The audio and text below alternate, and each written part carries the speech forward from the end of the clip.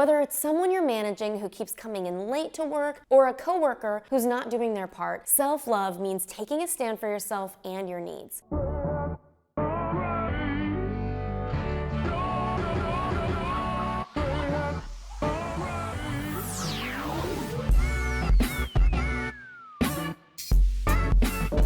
Hello friends, I'm AshleyStahl, career coach, host of the U-Turn podcast, and author of the book also named U-Turn. Get unstuck, discover your direction, and design your dream career. I'm hard-pressed to think that anyone really loves a tough conversation, especially at work. They're awkward, they're nerve-wracking, and often really uncomfortable. You never know how the other person's going to respond to you, and a lot of times we can struggle to find the right words. We don't want to ruin any relationships, and yet sometimes we need to share our truth and set boundaries in order to take care of ourselves. According to one survey, 70% of employees admitted to avoiding difficult conversations with their boss, colleague, and direct reports. And on top of that, 53% of employees handle toxic situations by just ignoring them. It's clear that having trouble with confrontation and communication is widespread in the workplace, and as a result, it affects both organizational trust and employee engagement. Not to mention the employee's personal happiness and their fulfillment. No one should be uncomfortable at work. So if you've been avoiding a tough conversation, it's time to take action. Here are my tips for how to have a tough conversation at work. Number 1, know your intention. Before you confront someone, you need to know the exact intent of the conversation. What's your goal? What result do you want out of it? Write down some results you hope to accomplish and then focus on what you need or what request you have while talking to the person. If you do this, you lessen the chance of the conversation getting away from you or even saying something that you might regret later. Number 2, practice empathy.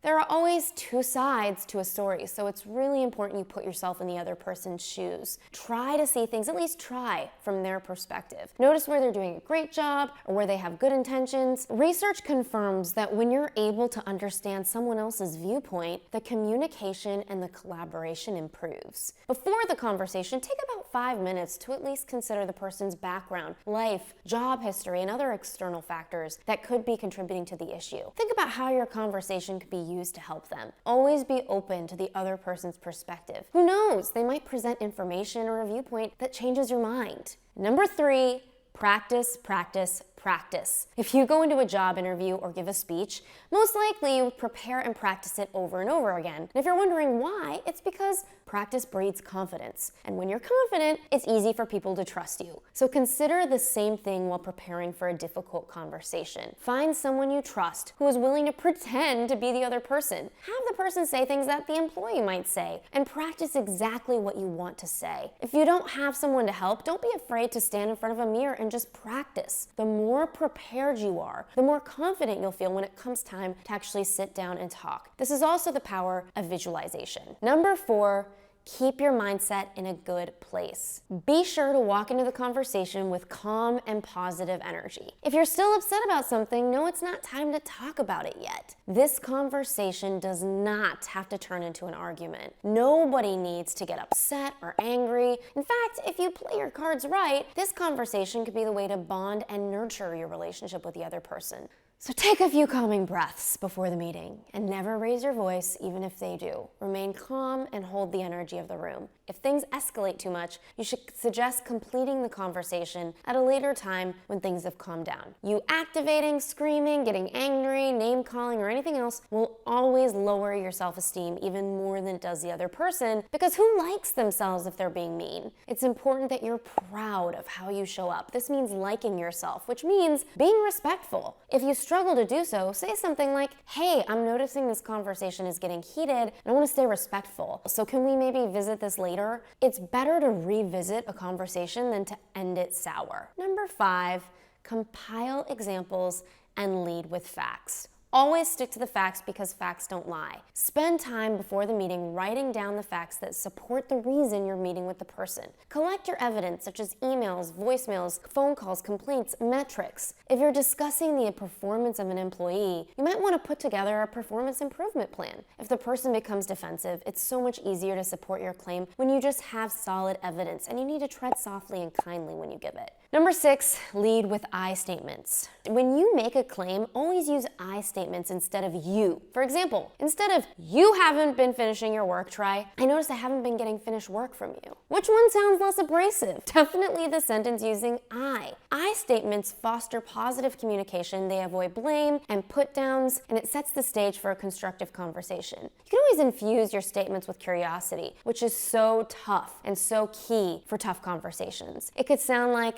"I noticed I got some work from you lately that hasn't been finished. Are you okay? Is there anything going on that I can help you with?" This non-confrontational, curious tone leading with I statements is key. Number 7, use active listening. During the conversation, practice active listening. It's so common to be listening to someone, but not actually listening. Most of the time, we're thinking about what we're going to say next and throw our own bias into their words. Instead, practice listening fully to what they're saying, being fully present. It's also more than okay to take a brief pause in order to think before you respond. Never interrupt them, and after they're done speaking, consider paraphrasing back to them what they said to be sure you understand. You can say something like, "So what I heard you say is," or to clarify what your feeling is. And you can end with the question of, "Is this accurate?" This is straight out of a couples therapy book, which actually tends to work like gold in the workforce. When you use active listening, the person's going to feel respected and heard, which creates more effective communication about the issue at hand. Number 8, offer a solution. If you can, always offer a solution. The goal of having tough conversations is usually to reach some sort of resolution. And if it's not clear, you can work together to brainstorm a solution to the problem you both agree on. For example, if you're telling your employee that they're getting a warning because they're consistently coming in late, offer solutions to how they can improve this and lay out what would need to happen if the action continues. Once you both have an agreement, commit and make sure you have an action plan. I had a guest on the U-Turn podcast. His name was David Wood, and he was all about teaching you the step-by-step of having a hard conversation, and his wisdom on the U-Turn podcast was gold. Check out the episode if you want to take this more deep into exact steps. Tough conversations, they're tough, and you can get through them with grace and peace of mind. Are you willing to have one uncomfortable moment in exchange for a whole lot more grace? The conversation doesn't even need to be tough if you make it that way. It all comes down to how well you communicate and approach the conversation.